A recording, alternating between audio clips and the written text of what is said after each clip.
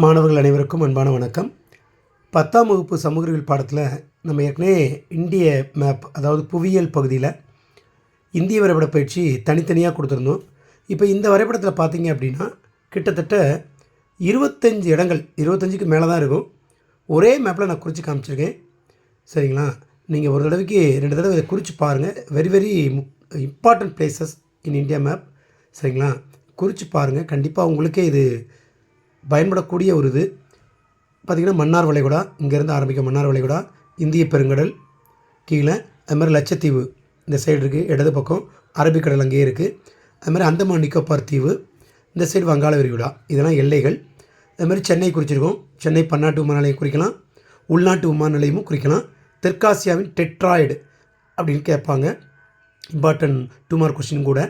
அது மாதிரி தக்கான பீடபூமி, நர்மதா ரிவர், அது மாதிரி தபதி, இடையில சாத்புரா மலைத்தொடர். அதுமாதிரி பார்த்திங்கன்னா மன்னார் வளைகுடாக்கு அப்புறம் நம்ம பார்க்குறது இந்த காம்பே வளைகுடா, ரொம்ப முக்கியமான ஒரு வளைகுடா. அதுக்கு மேலே பார்த்திங்கன்னா இந்த கேப்பில் கட்சி வளைகுடா, தார் பாலைவனம், இந்த இடத்துல தான் பாலைமண் இருக்குது. அதுமாதிரி கோதுமை களஞ்சியம் பஞ்சாப்னு கேட்டால் இதை குறிக்கணும். அதுமாதிரி இது ஃபுல்லாகவே பார்த்திங்கன்னா மலைமண் குறிக்கலாம், மலைக்காடுகள் மவுண்டைன் ஃபாரஸ்ட் குறிக்கலாம். இது வந்து பார்த்திங்கன்னா காட்வின் ஆஸ்டின், இந்தியாவின் உயரமான சிகரம் காட்வின் ஆஸ்டின், அதை K2ன்னு குறிப்பாங்க, அதனால் குறித்து காமிச்சிருக்கேன். அடுத்து பார்த்திங்க அப்படின்னா கங்கை சமவெளி, கங்கை டெல்டா எல்லாம் இதுதான்.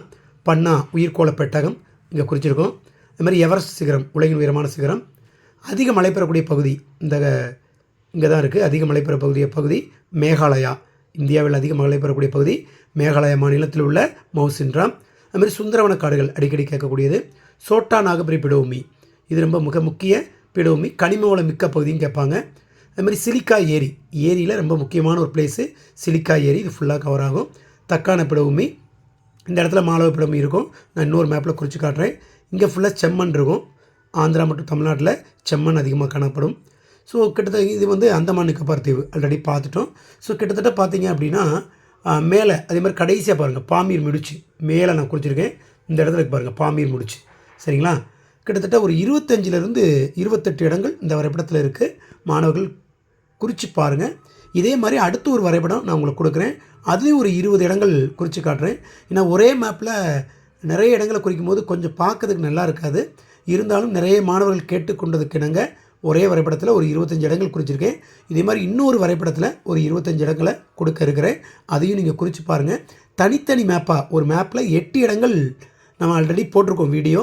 ஸோ வீடியோவை கண்டினியூவாக பார்க்கணும் அப்படின்னா நம்முடைய சேனலை பாருங்கள், GMS Shanmuga way to success YouTube சேனலை பாருங்கள். சரிங்களா? அந்த சேனலில் தனித்தனியாக ப்ளேலிஸ்ட்டில் போனீங்க அப்படின்னா உங்களுக்கு ஜியாகிரஃபி மேப்பு, வேர்ல்டு மேப்பு, அது மாதிரி வரலாறில் இந்திய மேப்பு எல்லாமே நான் கொடுத்துருக்கேன். ஸோ நான் கண்டிப்பாக அது மாதிரி 2 மார்க்ஸ் 5 மார்க்ஸ் எல்லாம் கொடுத்துருக்கேன். கண்டிப்பாக உங்களுக்கு அந்த சேனல் வந்து பயன்படக்கூடிய ஒரு channel. GMS Shanmuga way to success கண்டிப்பாக பாருங்கள். தேர்வில் அதிக மதிப்பெண்களை பெறுங்கள். வாழ்த்துக்கள். அடுத்த பதிவில் சந்திப்போம். நன்றி.